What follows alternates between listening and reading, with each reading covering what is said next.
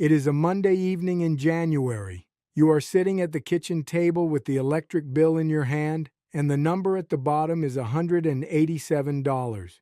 That is what it costs to keep the lights on, the heat running, and the refrigerator humming for 1 month in a house you already own.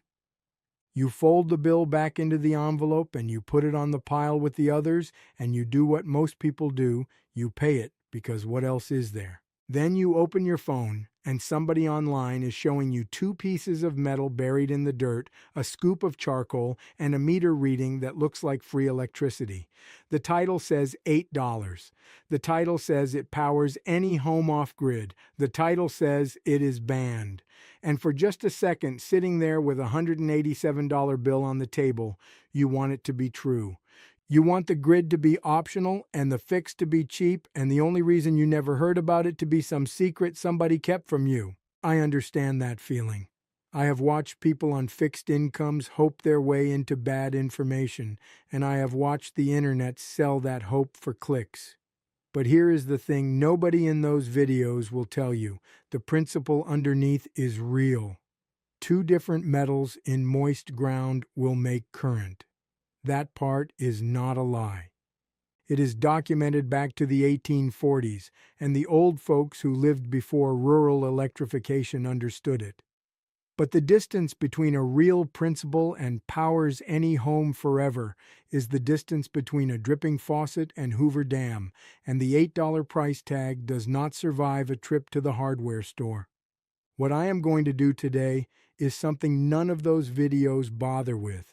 I am going to show you exactly what an earth battery is, what it honestly costs, what it can and cannot do, and why the myth got so much bigger than the method gets with every dollar figure on the pad where we can both see it. I want to be straight with you before I go any further because the title of this video makes a promise the honest facts do not support. Powers any home off-grid forever. That is not what an earth battery does. It never was. And I am not going to stand here and pretend otherwise because you came to this channel for the truth and a dollar figure, and that is what you are going to get. Here is what is real.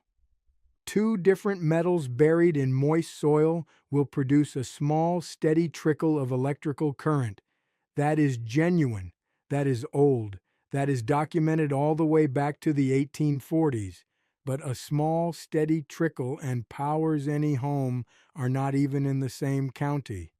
What the internet has done is take a real modest principle and blow it up into a fantasy, and then to make it stickier, somebody added the word banned. It is not banned, it was outcompeted, and there is a difference. So here is what I am going to walk you through today. By the end of this video, you will know exactly what an earth battery is, what it actually costs to build one, how to build it the honest way, what it can truly power, what it absolutely cannot, and why the myth grew bigger than the method. And every dollar figure will be on the pad where we can both see it. I am Hal Perkins. I am 74 years old, raised in rural Missouri by people who came through the Depression and never wasted a thing. My mother taught me 200 ways to save a dollar, and my father fixed what other men threw away. I keep the numbers on a legal pad because numbers settle arguments. So today, I am not selling you a miracle machine. I am going to show you a real old principle, tell you what it truly does, tell you where folks start lying about it, and put the arithmetic right here where we can both check it. Now, before I show you what to build, you need to understand why this works at all, because the plain reason tells you what to expect and, more importantly, what not to expect. An earth battery is nothing more than a voltaic cell in dirt. You take 2 different metals, zinc on one side, copper on the other, and you bury them in moist soil, separated by a few feet of ground. The water in that soil, along with whatever dissolved minerals and salts are in it, acts as an electrolyte. That means it lets charged particles move through the ground from one metal to the other. Zinc is the more reactive metal. It gives up electrons. Copper is the more noble metal. It receives them. Connect a wire between the 2 tops, and electrons flow through that wire. That is current. that is real. Alexander Bain documented this principle in the 1840s. He used an earth battery to run a clock, and the output was described as roughly 1 volt. 1 volt, not 120, not 240. 1. That is the honest scale of what we are talking about. Now here is the part most people skip, and it is the part that matters most. A meter reading is easy. Useful power is the hard part.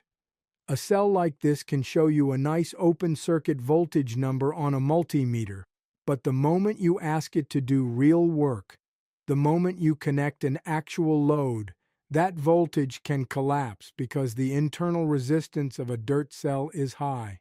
The cell is moisture dependent, it is chemically consumptive, meaning the zinc is slowly being eaten away as the price of making current, and it produces a tiny amount of power compared to what your house actually needs. A real standalone home power system uses dedicated battery storage, charge controllers, inverters, and safety equipment. That is an engineered system. A dirt cell is a science experiment. Both are real. They are not the same thing. So set your expectations right now. You should expect a measurable low-voltage DC reading. You should expect better results in moist, mineral-rich soil and worse results in dry, sandy, or frozen ground. You should expect the zinc side to slowly corrode because that is the price the battery charges you for making electricity. And you should not expect home backup power, inverter-ready output, forever operation, or some legal secret that somebody banned. The honest story is smaller, but it is true. And the true version is the one you can actually test yourself. One more thing before the build. You will see recipes on the internet calling for charcoal and salt as if they are the heart of this method. They are not.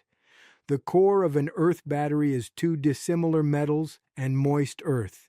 That is it. Charcoal may improve moisture retention and contact area around the electrode. Salt dissolved in the soil raises conductivity because it adds ions for the current to travel through. But salt also speeds up zinc corrosion and it damages soil and kills plants. So I am going to teach the charcoal and salt as what they are. Optional additions you can test in a contained setup, not the magic ingredient the internet pretends they are. If you want more of the old ways taught plain and honest, with the math where you can see it, subscribe. I put one of these out regularly, and every one of them keeps money in your pocket. Now let me show you exactly what to do. I am teaching this as a truth-first experimental build, not a household power installation. Write these prices down. For the copper side, you want a copper ground rod 5/8 inch by 8 feet. That runs $29.01 at the hardware store. For the zinc side, a 1/2 inch by 2 foot galvanized steel pipe. Galvanized means zinc coated, which is what you want for the sacrificial electrode. That is $11.42. If you want to test the salt variation, a 26-ounce container of plain non-iodized salt is $1.86. For the charcoal test, an 8-pound bag of standard charcoal briquettes is $7.92. And you will need a basic digital multimeter to measure what you have built, about $9 and up. Wire and clips. If you have scrap insulated wire already on hand, count that as 0. Now let me tell you what to avoid before I tell you what to do. Do not present this to yourself or anybody else as house power. Do not connect it to household wiring. The Occupational Safety and Health Administration warns against attaching even a proper generator directly to building wiring without transfer equipment, and a homemade soil cell has no business anywhere near a home circuit. Do not salt a garden bed or anywhere near plant roots. Do not sell yourself the story that charcoal makes this massive, and do not judge your success by open circuit voltage alone, because that number will flatter a weak cell every time. Step 1. Choose the honest goal. You are building a standalone low-current experiment. Meter reading first, then maybe one tiny dedicated load later. I will say this plain. We are building a dirt battery, not a power company. That framing protects you from wasting money chasing a fantasy. Step 2. Start in a contained or low-risk moist location. Soil conductivity depends on water-filled pores carrying dissolved ions. That means moist soil, compost-rich dirt, or a bucket of damp earth for your first proof. Dry sand and droughty ground are where people decide the science is fake, when the truth is the medium was wrong, not the chemistry. Step 3. Place the electrodes apart and keep them isolated. Drive or bury the copper rod and the galvanized pipe roughly 3 feet apart, with the tops exposed for wiring. They must not touch above or below ground. Clean the spot where the wire attaches. If the metals touch directly, you have short-circuited the whole experiment and you will read nothing useful. Step 4. Test the simplest version first. Before you add anything fancy, just moisten the soil and measure the open circuit voltage with your meter. This is a teaching moment with yourself. The simplest version proves the principle. If you start with salt and charcoal from the beginning, you will never know what part did what. Expect a low voltage reading. Bain's documented example at about 1 volt is the right mental picture, not a wall outlet. Step 5. Only then test the charcoal variation. If you want to see whether charcoal improves things, add a modest ring of crushed briquettes around the electrode zone. Label this in your own mind as mild evidence, experimental. The earth battery principle does not depend on charcoal. The 2 dissimilar metals and the moist electrolyte are doing the real work. Step 6. Treat salt as short-term and contained only. If you test salt, dissolve a small amount in a bucket setup, not in your yard. More ions can raise conductivity, yes, but chloride accelerates zinc corrosion badly, and salinity harms soil structure and plant health. In a bucket, the trade is at least honest and reversible. In your garden, it is foolish. Step 7, and this is the one most folks get wrong. Judge the build under load, not on bragging voltage. A meter with nothing connected can flatter a weak cell all day long. The real question is what happens when you ask the cell to do something. If the voltage collapses the moment you connect even a tiny load, the cell lacks usable current. That is the natural result of a high internal resistance source, and it is exactly why these cells did small, patient jobs in the old days. Clocks, telegraph signals, and never did appliance work. Step 8. Scale honestly or stop honestly. If you want more output, the old rule is series wiring for more voltage, parallel wiring for more current. Then I immediately tell you this. Scaling a weak cell is not the same thing as reaching home power class. Early patents show people wiring multiple earth elements together, but that history still belongs to tiny electrical work, not modern household service. Your best case here, the principle proves itself. You see a repeatable low-voltage output, and you understand why moisture and chemistry matter. Honest middle case. The meter reads something, but the cell is too feeble for anything practical without a lot more experimentation. Failure case. Dry soil, poor connections, too large expectations, or corrosion at the wire joint. Every one of those is normal troubleshooting, not proof the science is wrong. The common wrong approach the internet loves is this. Bury random metal, dump in salt, read a dramatic voltage number on a meter with no load, and then leap straight to free house power forever. That leap is where the lie lives. Open circuit voltage is not the same as useful energy, and a homemade galvanic cell is not in the same category as a real off-grid power system with storage, control, and safety equipment. Now let me tell this part honest, because the heritage matters and it deserves to be right. The Earth battery did not come out of the Dust Bowl. It is older than that. Alexander Bain was using this principle in the 1840s for clocks and telegraph work. Later patents show earth batteries tied to similar small signal uses. The connection to the Depression era is this. By 1936, nearly 90% of American farms still had no electric power. Millions of rural families lived with tiny electrical means, delayed electrification, and a mindset that made any small source of current worth understanding. The truthful bridge is not farmers-powered homes off-grid forever with this. It is, before rural electrification, people valued little trickles of current because little trickles were all some jobs required. That line keeps the heritage without inventing a myth. The ongoing discipline here is simple. Protect moisture, protect contacts, accept sacrifice. Keep the soil damp, especially after long dry spells. Recheck the voltage after rain and after drought so you learn your cell's character. Clean the exposed wire connections when oxidation shows up, and expect the zinc side to wear down over time because the battery works by consuming the more reactive metal. Corrosion is not a side effect. It is the engine, and it has a cost. Salt speeds that cost up. The compounding habit is not bury it and forget it. The compounding habit is measuring, matching the load to what the cell can actually deliver, and refusing to believe the fantasy output numbers you see online. Let me be plain about what this does and does not do. The basic chemistry is strong and settled. Dissimilar metals in moist soil generate low-voltage DC. That part you can take to the bank. The effect of soil moisture and dissolved ions on output is well supported. Wetter, more mineral-rich soil gives better conductivity. That is moderate and real.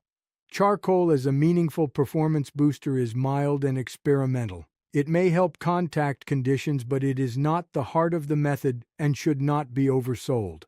And the claims in the title, powers any home, forever, banned, are unsupported. I did not find credible evidence for any of them. What I found was historical clock and telegraph use, modern soil conductivity science, corrosion limits, and ordinary electrical safety codes. Where this fails, dry or frozen ground, long unattended runs where the zinc is consumed, any meaningful household load, and any attempt to substitute it for a code-compliant power system. When to call a professional? The second anyone talks about connecting anything to home wiring, touching grounding service equipment, or replacing a real backup system with a homemade cell. The safety on this is straightforward, and I will give it to you straight. Never attach a homemade earth battery to household wiring. Federal safety guidance warns against connecting even a proper generator directly to building wiring without proper transfer equipment, and a dirt cell has no place on a home circuit. Do not salt garden beds or anywhere near plants. Excess salts harm water uptake and can wreck soil structure for years. Expect corrosion, especially with chlorides, which are severe on galvanized zinc coatings, and keep this standalone and experimental. This is a low-voltage science build, not a residential electrical installation. Now I want to take a moment because here is where it all comes together. Look at what we have walked through. You have one proven principle. Two dissimilar metals in moist earth making low-voltage DC. That is strong, settled science. You have an honest build method with real materials at real prices and numbered steps you can follow this weekend. You have the charcoal and salt variations labeled honestly as mild and experimental. And you have the clear line drawn where the internet's claims stop being true. The honest math is plain. Let me put it on the pad. Copper ground rod, $29.01. Galvanized pipe, $11.42. Salt, $1.86. Charcoal, $7.92. That subtotal is $50.21. Add a basic multimeter if you need one, about $9. Your practical total is around $59.21 before whatever scrap wire you use. So the title's $8 figure does not survive ordinary retail pricing. And the honest comparison for what this replaces is not a household electric bill. It is closer to the cost of small batteries for tiny devices. A 4-pack of AA batteries runs about $3.77. The economics only make sense as a curiosity, a teaching build, or a dedicated experiment for an ultra-tiny load, not as a replacement for real backup power. There is no villain here. There is just no market for teaching a family how to coax a weak, moisture-dependent trickle of current out of the ground when the grid is reliable and a packaged battery costs less than $4. Once rural electrification spread and dependable household power arrived, the Earth battery lost on convenience, consistency, and scale. The skill did not get banned. It got outcompeted. That is not a conspiracy. It is a system nobody had to coordinate. 2 generations got a little more comfortable, stopped teaching the old ways that only did tiny jobs, and the knowledge quietly faded, until somebody on the internet found it, inflated it past all honest proportion, and added the word banned because that gets more clicks than the truth. This was never really about powering a home from dirt. It is about whether a person can still tell the difference between a principle and a promise. The old careful folks survived because they knew what a thing could really do, and they did not ask it to do more. A trickle source does trickle work. A household needs a household system. Knowing the difference is worth more than any fantasy, because the difference is what keeps you from wasting $60 chasing something that was never going to run your refrigerator. Here is what I want you to do tonight. Rewrite the promise in your own mind. This is a buried dirt battery, a tiny off-grid current source, an honest experiment, not a house power system. This week, if you want to test it, build 1 contained proof cell in a bucket of moist soil, measure it wet and dry, and log the numbers on your own pad. This month, if the cell proves itself, try 1 tiny dedicated load, a small LED, a low draw sensor, and document the voltage drop under that load. This season, use the lesson where it belongs, matching old, miserly methods to old, miserly jobs, and refusing to pretend a trickle source is a house system. Now I want to hear from you, and I mean this. What is one thing you have seen people wildly overclaim on the internet that turned out to have a real, smaller truth underneath? Write it down below. And if your father, your grandfather, or an old radio man you knew had a shop trick for stretching tiny amounts of current, a way he kept a clock alive or rigged a signal with almost nothing, share it. Because these little inherited methods disappear when nobody writes them down, and I read every single one. Next time, same principle, different problem, same honest math. The old low-cost ways farmhouses stayed livable in summer before anybody touched a thermostat. Subscribe so you do not miss it. Until then, build it honest, measure it honest, and never let a good principle get ruined by a bad promise. That is how the careful old folks got by. They knew what a thing could do, they did not ask it for more, and they never owed anybody a dime. That is how it is still done in any home that remembers.